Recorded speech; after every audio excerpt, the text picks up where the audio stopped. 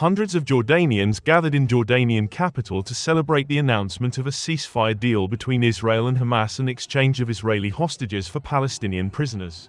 The complex ceasefire accord emerged after mediation by Qatar, Egypt and the US to stop the war that has devastated the coastal territory and inflamed the Middle East. The deal, scheduled to be implemented from Sunday, outlines a 6-week initial ceasefire with the gradual withdrawal of Israeli forces from the Gaza Strip, where tens of thousands have been killed. Hostages taken by militant group Hamas, which controls the enclave, would be freed in exchange for Palestinian prisoners detained in Israel.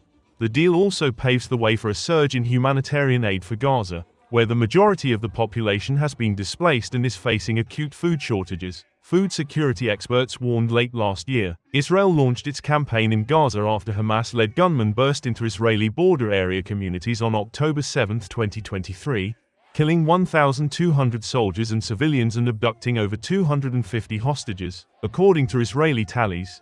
If successful, the ceasefire would halt fighting that has razed much of heavily urbanized Gaza, killed over 46,000 people, and displaced most of the tiny enclave's pre-war population of 2.3 million, according to Gaza authorities.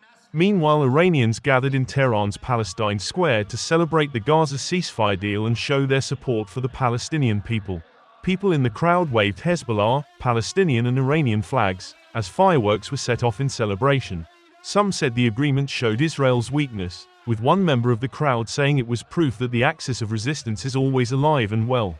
The deal outlines a 6-week initial ceasefire with the gradual withdrawal of Israeli forces from the Gaza Strip, where tens of thousands have been killed. Hostages taken by Hamas would be freed in exchange for Palestinian prisoners detained by Israel.